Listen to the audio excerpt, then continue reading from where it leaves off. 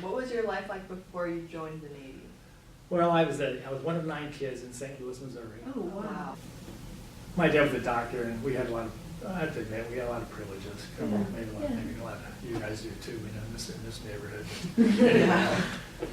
Anyway, it was nice. It was, good mom, good dad, steady stuff. I had to go to college though. I went to University of Notre Dame. Yeah.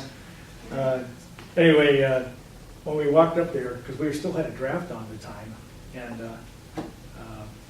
my dad said, Tom, we were walking around the campus, just like this campus really, and he said, hey, Tom, there's going to be a war. And I said, duh, really? Korea. He was drafted into Korea and drafted into World War II. Oh.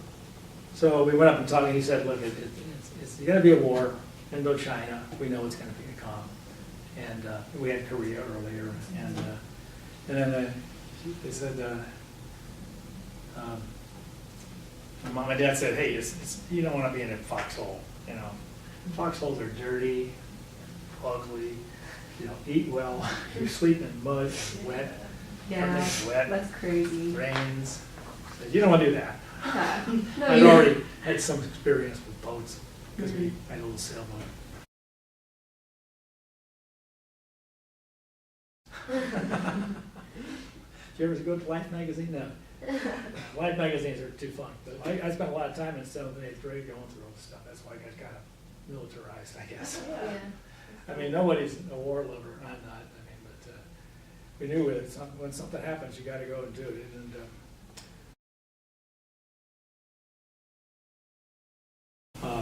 ROTC, there are 2 programs. One is contract, which means you can get out at any time after, without any kind of problem. I think you had to get out before junior year started, or you might owe the Navy some time, but they really wouldn't enforce that, I don't think. But there's a scholarship program called regular ROTC. I applied for it, and we were looking for people. When I passed the academic test after another month and found out about this program. I said, nobody told me about it. Anyway, so I went up to Chicago and took the test, and passed the test, and then it sent back up there to take the physical, and it wouldn't make a couple weeks later or something. And so they flunked me on the eye test by missing 1 or 2. I'm not sure how many. On the 2040 line, uncorrected. So in those days, you couldn't fly. You couldn't even go to submarines. Wow. Which is ridiculous because everything's within hand, nothing far. Yeah. Anyway, so I went through the regular deal then.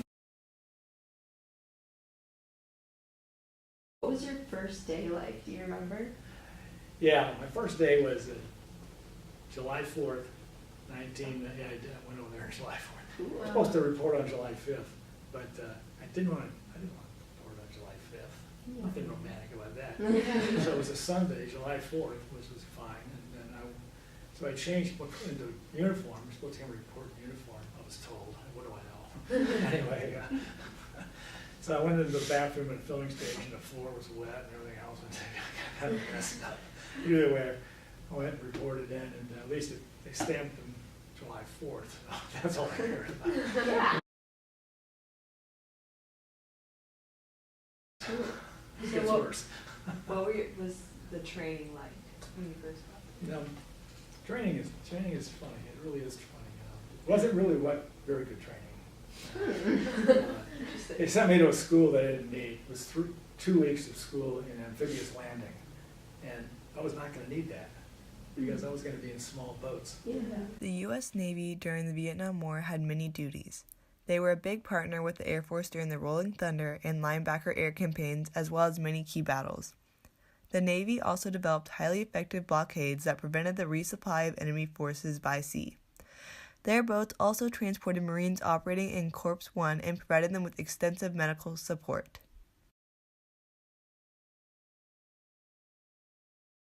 Reported into my first duty station with these boats. Okay, this fast guy, and these two, but this is later.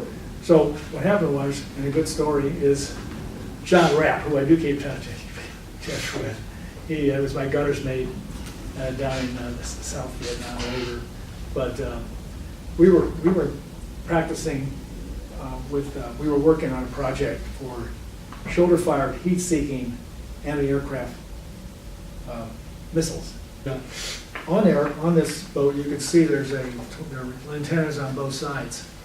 And on the very back of the boat, where John was, I stationed John over in that port quarter right there. And he was inside of a ring, getting dark. It's a bad time to fly. They told us afterwards. Probably should have known this though. But either way, you lose depth perception a little bit. And anyway, so he flew past us, and then he did what's called a split S. Oh. Yeah, and so he headed down toward the water for an awful long time. And then you got to pull out of it. And he got a little low when he started, and he knocked off one of those antennas. Oh no! And I'm going like this, right about where that camera is. I'm going, we're dead. The Vietnam War was a long, costly armed conflict that pitted the communist regime of North Vietnam and its southern allies against South Vietnam and its principal ally, the United States. Captain Gorla served in the 1st Corps, which was the most northern tactical zone during the war. With its location bordering to the north, it saw heavy fighting almost all through 1956 to 1975. He also served in the 4th Corps, some say is the most beautiful part of the country with its vast delta areas of the Mekong and Bassauk rivers.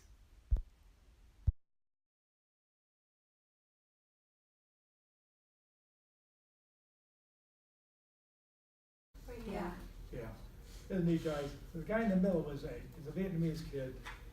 Oh, cool.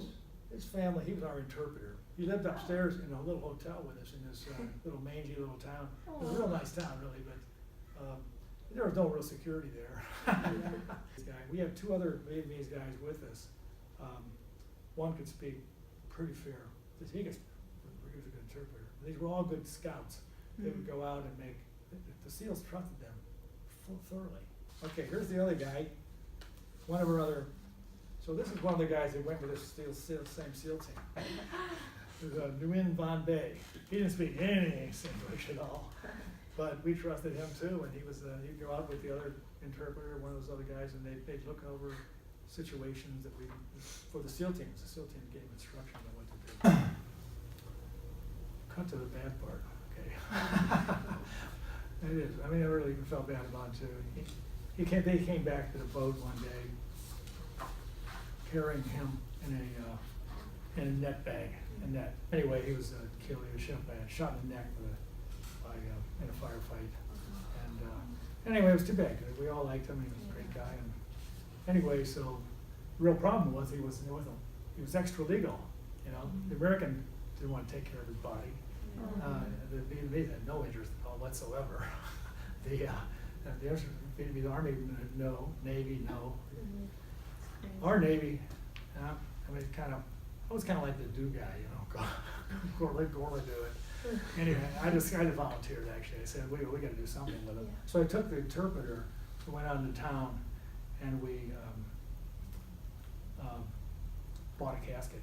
Wow. What are we going to do? We took some of the slush money and so we put him in there, and then the interpreter went and talked to his mom. That was good, but then I got the bad news that his mom had told the interpreter that, hey, the other son got hit.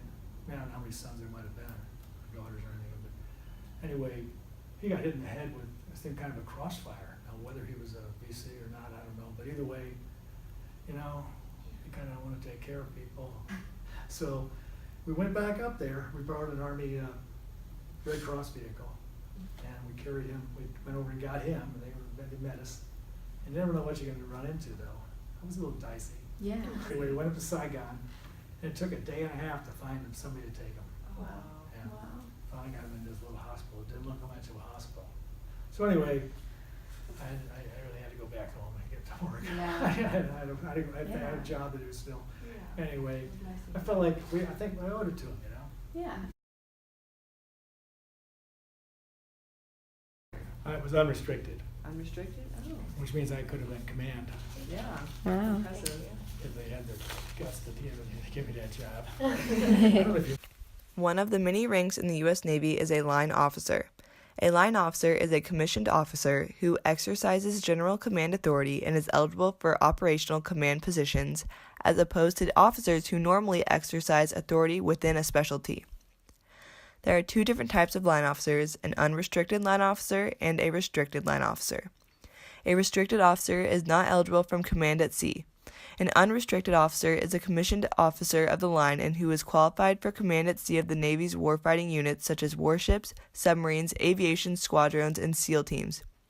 Tom was an unrestricted line officer, which made him eligible to give commands onshore and be in charge of major installations.